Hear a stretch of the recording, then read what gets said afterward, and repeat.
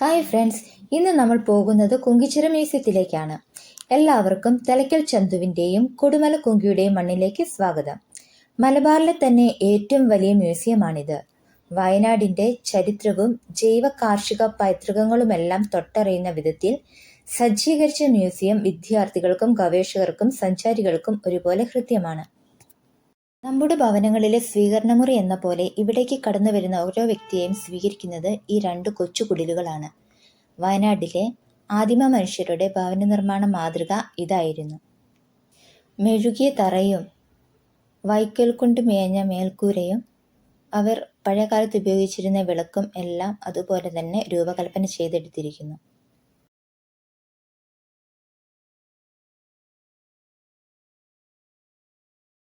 ആ രണ്ടു കുടിലുകൾക്കും ഇടയിലുള്ള ഒരു നീണ്ട ഭിത്തി കാണുന്നില്ലേ, അതാണ് മണ്ണിൽ ചുട്ടെടുത്ത പൈതൃകം. അതായത് 90 അടിയോളം ഉയരത്തിൽ ടെറാക്കോട്ടയിൽ രൂപകൽപ്പന ചെയ്ത വയനാടൻ ഗോത്രജീവിതവും സംസ്കൃതിയും അടയാളപ്പെടുത്തുന്ന ത്രിമാന രൂപങ്ങളാണ് മ്യൂസിയത്തിലേക്ക് സഞ്ചാരികളെ വരവേൽക്കുക. ഗോത്ര സമൂഹത്തിന്റെ ജനനം മുതൽ മരണം വരെയുള്ള വിവിധ ഘട്ടങ്ങളിലൂടെയുള്ള ജീവിത സഞ്ചാരമാണ് ഈ മൺചുമരുകളിലെ പ്രതിപാദ്യം. കാടുമായി ഇഴുകിച്ചേർന്ന ആദിമ മനുഷ്യരും അവരുടെ ആചാരങ്ങളും അനുഷ്ഠാനങ്ങളുമെല്ലാം ഈ ചുമരുകളിൽ ആലേഖനം ചെയ്തിരിക്കുന്നു. പൈതൃക മ്യൂസിയം എന്ന പതിവ് രീതികളിൽ നിന്നു മാറി വയനാടിൻ്റെ ജൈവ വൈവിധ്യങ്ങളെ നേരിട്ടറിയാനുള്ള വിധത്തിലുള്ള ഈ ക്രമീകരണം കുങ്കിച്ചിറ മ്യൂസിയത്തെ വേറിട്ടതാക്കുന്നു. 3 സോണുകളിലായിട്ടാണ് ഇത് ക്രമീകരിച്ചിരിക്കുന്നത്. ഒന്നാമത്തെ സോണിൽ വയനാടിൻ്റെ ജൈവ സാംസ്കാരിക പെരുമകൾ പ്രദർശിപ്പിക്കുന്നു. മലകളും വനങ്ങളും കാട്ടരുവികളും നിറഞ്ഞ ഭൂപ്രകൃതികളെയും സസ്യജന്തുജാല വൈവിധ്യങ്ങളെയും ഗോത്ര സമൂഹങ്ങളെയും ഇവിടെ നേരിട്ടറിയാം. കൃഷിയില്ലാതെ വയനാടിന് ജീവിതമില്ലായിരുന്നു. പലതരത്തിലുള്ള കാർഷിക വിളകളും നമുക്ക് ഈ മ്യൂസിയത്തിൽ കാണാവുന്നതാണ്. ഫോറസ്റ്റുകളും അവയ്ക്കുള്ളിലെ തോട്ടങ്ങളും ജന്തുജാലങ്ങളും എല്ലാം ഈ ഒരു സോണിൽ ക്രമീകരിച്ചിരിക്കുന്നു. അതുപോലെ തന്നെ പലതരത്തിലുള്ള നെല്ലിനങ്ങൾ ഇവിടെ പ്രദർശനത്തിന് വെച്ചിട്ടുണ്ട്. പണ്ടുകാലത്തുള്ളവർ കുരുമുളകും കാപ്പിയും വ്യാപകമായി കൃഷി ചെയ്തു വന്നിരുന്നു.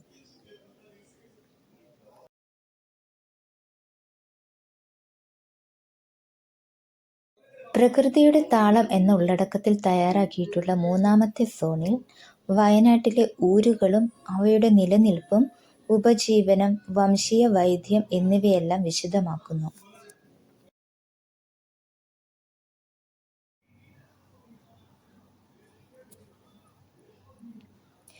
മണ്ണും ചാണകവും മെഴുകിയ ചുമരും തറകളുമുള്ള പുൽവീടുകൾ. വയനാട്ടിലെ ആദിവാസി വിഭാഗങ്ങളായ അടിയ, പണിയ, കുറിച്യ വിഭാഗങ്ങളിലെ പരമ്പരാഗത വീടുകൾ ഇതേ മാതൃകയിൽ ഈ മ്യൂസിയത്തിൽ നിർമ്മിച്ചിട്ടുണ്ട്. മണ്ണും മുളയും ചേർത്തുണ്ടാക്കുന്ന ഭിത്തികളാണിവ. പരമ്പരാഗത മനുഷ്യർ ദൈവങ്ങളെ ആരാധിച്ചു. അവരുടെ ദേവപുരകളാണിപ്പോൾ കണ്ടത്. ഇപ്പോൾ നമ്മൾ കാണുന്നത് ഏറുമാടങ്ങളാണ്. വയനാട്ടിലെ മനുഷ്യർ വന്യമൃഗങ്ങളോടും കൂടെ പൊരുതിയാണ് അവിടെ ജീവിച്ചിരുന്നത്. അവയിൽ നിന്ന് രക്ഷപ്പെടാനായിട്ടാണ് അവർ ഇത് നിർമ്മിച്ചത്. ഇതുപോലെ ചെറിയ ചെറിയ കുടിലുകൾ ഒത്തിരി നമുക്കിവിടെ കാണാൻ സാധിക്കും.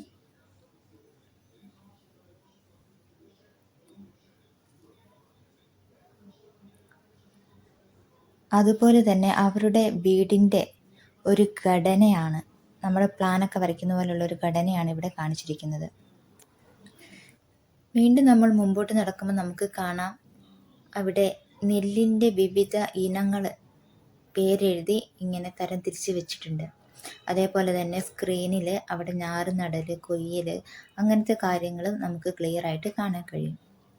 അതുപോലെ മറ്റൊരു പ്രത്യേകത ഈ ഗോത്രവർഗക്കാരുടെ കൃഷി കലണ്ടറാണ്. അവർക്ക് പ്രത്യേകമായിട്ടൊരു കലണ്ടർ അവർ ഉപയോഗിച്ചിരുന്നു കൃഷി ചെയ്യാനും മറ്റുമായിട്ട്.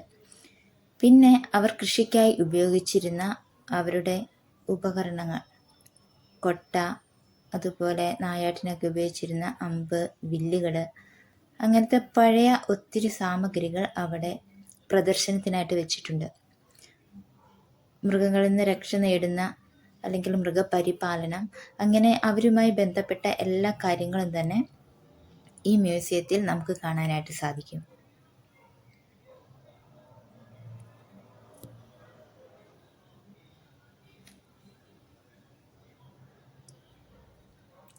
ചികിത്സാ രീതികൾ, അവരുടെ വിശ്വാസങ്ങൾ, അവരുടെ ജീവിത രീതി, അതുപോലെ വിഷചികിത്സ, അവർ വേട്ടയാടുന്നത്. ഇങ്ങോട്ട് വരുമ്പോഴത്തേക്കും നമുക്ക് കാണാൻ സാധിക്കുന്നത് അവർ കൃഷിക്കായി ഉപയോഗിച്ചിരുന്ന ഉപകരണങ്ങൾ. ഇത് പണ്ട് കാലത്തെ പറകളൊക്കെ പുതിയ തലമുറയൊന്നും കണ്ടു കാണൂല. അങ്ങനത്തെ ഓലക്കുടകൾ, നുകം, അങ്ങനെ ഒത്തിരി സാധനങ്ങൾ പഴയ കാലത്ത് അവർ കൃഷിക്കായിട്ട് ഉപയോഗിച്ചിരുന്ന സാധനങ്ങളൊക്കെ കാണാൻ കഴിയും.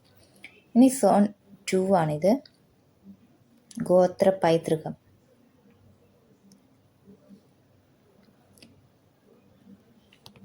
ഇവിടെ ഒത്തിരി ഗോത്രവർഗങ്ങളുണ്ട്.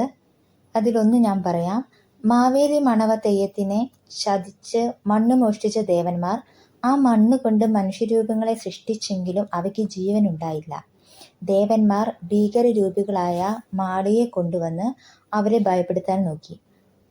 ആ രൗദ്രരൂപത്തെ കണ്ട് ആത്തവ എന്ന് ഭയന്ന് നിലവിളിച്ചോടിയവരാണ് അടിയ ഗോത്രജനതയായത്. ഐതിഹ്യങ്ങൾ ഇതാണ് മലക്കാരി ദേവൻ. കുറിച്യരുടെ പ്രധാന ദേവനാണ് മലക്കാരി. മലയിൽ ജീവിക്കുന്നത് കൊണ്ട് മലക്കാരി എന്ന് പേര് വന്നു. പാർവതി പരമേശ്വരന്മാർക്ക് വനത്തിൽ വെച്ചുണ്ടായ പുത്രനാണ് മലക്കാരി എന്നും അതിനാൽ മലവാസികളുടെ ദേവനായ പരമേശ്വരൻ നിയോഗിച്ചുമെന്നുമാണ് വിശ്വാസം. ഇതാണ് പഴമക്കാർ മീൻ പിടിക്കാനായിട്ട് ഉപയോഗിച്ചിരുന്നത്. ഇതുപയോഗിച്ചായിരുന്നു അവർ മീൻ പിടിച്ചിരുന്നത്. ഇത് പഴയ കാലത്തെ വിവിധ ഉപകരണങ്ങളാണ്. ചൂരൽ കൊണ്ടും മുളകൾ കൊണ്ടും നിർമ്മിച്ചെടുത്തവയാണ് ഇവയെല്ലാം. പണിയരുടെ ഭാഷ, അതിൻ്റെ പദങ്ങളും മലയാളം, ഇംഗ്ലീഷ് പദങ്ങളും ഇവിടെ കൊടുത്തിട്ടുണ്ട്.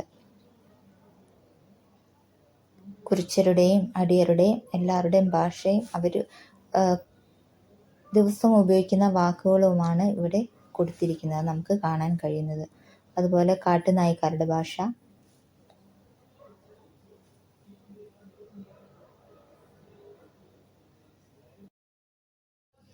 ഗാനപാരമ്പര്യത്തിൻ്റെ തനിമ കൊണ്ട് സമ്പന്നമാണ് ആദിവാസി സമൂഹം.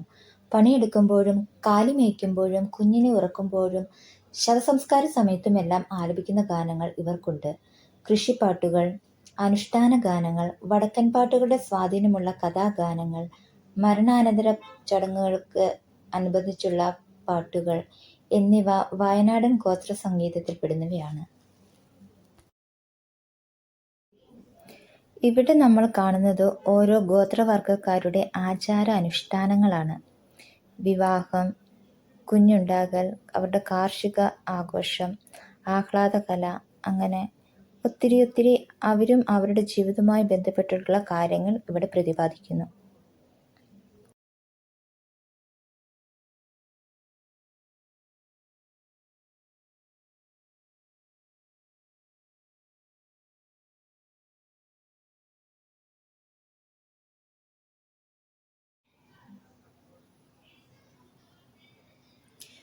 വീണ്ടും പഴയ രീതിയിലുള്ള ഒരു വീട് കാണാം. അതോടൊപ്പം തന്നെ പരമ്പരാഗത രീതിയിലുള്ള ഒരു അടുക്കള ഉപകരണങ്ങൾ. ഇത് പരമ്പരാഗത അടുക്കളയാണ്. അതോടനുബന്ധിച്ച് തന്നെ അടുത്തായിട്ട് അടുക്കള ഉപകരണങ്ങൾ, ഉറി, നമ്മൾ സാധനങ്ങളൊക്കെ ചതക്കുകയല്ലേ, അത് കൂട്ട് സാധനം, പറ, പിന്നെ ഇടിയൂന്നി എന്നാണ് പറയുന്നത്. അങ്ങനത്തെ ഒത്തിരി സാധനങ്ങൾ, തവികൾ, പിന്നെന്താ നമ്മൾ കണ്ടിട്ടില്ലാത്ത കുറേ കാര്യങ്ങൾ, ഇതെല്ലാം നമുക്ക് ഇവിടെ ഈ മ്യൂസിയത്തിൽ കാണാൻ സാധിക്കും.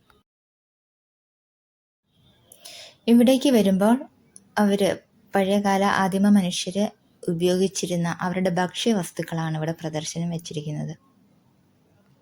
ഇലവർഗ്ഗങ്ങളുണ്ട്, പയറുവർഗ്ഗങ്ങളുണ്ട്, ഫ്രൂട്ട്സ്, അവരുടെ വംശീയ ഭക്ഷണം എല്ലാം ഇവിടെ പ്രദർശനത്തിനായിട്ട് വെച്ചിരിക്കുന്നു. ഒന്നും തൊടാൻ പാടില്ല, നമുക്കെല്ലാം കാണാം. കാട്ടുകിഴങ്ങുകൾ, തേൻ, ഇത് അവർ മുറുക്കാൻ ഇടുന്ന ഈ സഞ്ചിയാണ് കേട്ടോ. ഇത് അതിന് ഇടിക്കുന്ന ഇത് അടയ്ക്ക, വെറ്റില, ചുണ്ണാമ്പ്, ഇതാണല്ലോ അവരുടെ മുറുക്ക് പ്രധാനമായിട്ടും. ഈ സാധനങ്ങളൊക്കെ മുള കൊണ്ട് നിർമ്മിച്ചതാണ്. അത് കണ്ടോ, ആ മുളയുടെ ആ ചിത്രം പോലും അവരവിടെ പെയിൻറ് ചെയ്ത് വെച്ചിട്ടുണ്ട്. പണ്ട് ഉറങ്ങിയിരുന്ന പായോ, പുൽപ്പായൊക്കെ അല്ലേ. പിന്നെ ചൂല് കണ്ടോ, ചൂലുകളുണ്ട്. ഇതൊക്കെ ഈ പുല്ലിൽ നിന്നുണ്ടാക്കുന്നതാണ്. അതുപോലെ കരകൗശല വസ്തുക്കൾ, അവരുടെ ആഭരണങ്ങൾ, സ്ത്രീകൾ നല്ല അണിഞ്ഞൊരുങ്ങി നടന്നിരുന്നവരാണെന്ന് നമുക്ക് മനസ്സിലാക്കാം. വളയും കമ്മലും മാലയും എല്ലാം അവർ ഉപയോഗിച്ചിരുന്നു.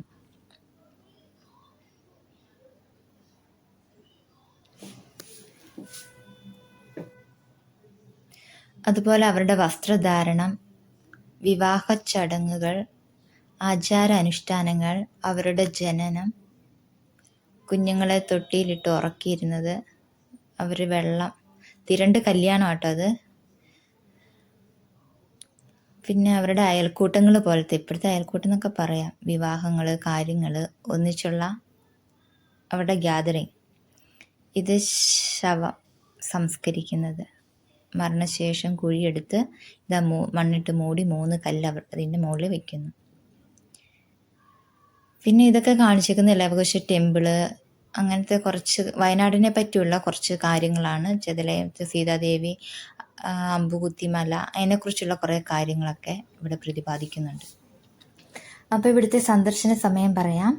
രാവിലെ 10 മുതൽ വൈകിട്ട് 4:30 വരെയാണ് പ്രവേശനം. തിങ്കളാഴ്ച ദിവസങ്ങളിൽ മ്യൂസിയം അവധിയായിരിക്കും. സ്വാതന്ത്ര്യദിനം, റിപ്പബ്ലിക് ദിനം, തിരുവോണം, മഹാനവമി ദിവസങ്ങളിലും കുങ്കിച്ചിറ മ്യൂസിയം അവധിയായിരിക്കും. ഇനി എങ്ങനെയാണ് ഇങ്ങോട്ട് എത്തുക നോക്കിയാൽ, മാനന്തവാടിയിൽ നിന്ന് മക്കിയാട്, കോറോ, നിരവിൽപ്പുഴ, കുഞ്ഞോം റോഡിൽ 40 കിലോമീറ്റർ ദൂരം സഞ്ചരിച്ചാൽ കുങ്കിച്ചിറയിലെത്താം. കൽപ്പറ്റയിൽ നിന്ന് 70 കിലോമീറ്ററും സുൽത്താൻ ബത്തേരിയിൽ നിന്ന് 80 കിലോമീറ്റർ യാത്ര ചെയ്താലും നമുക്ക് കുങ്കിച്ചിറയിലെത്താം. അപ്പോൾ ഇത്രയും നേരം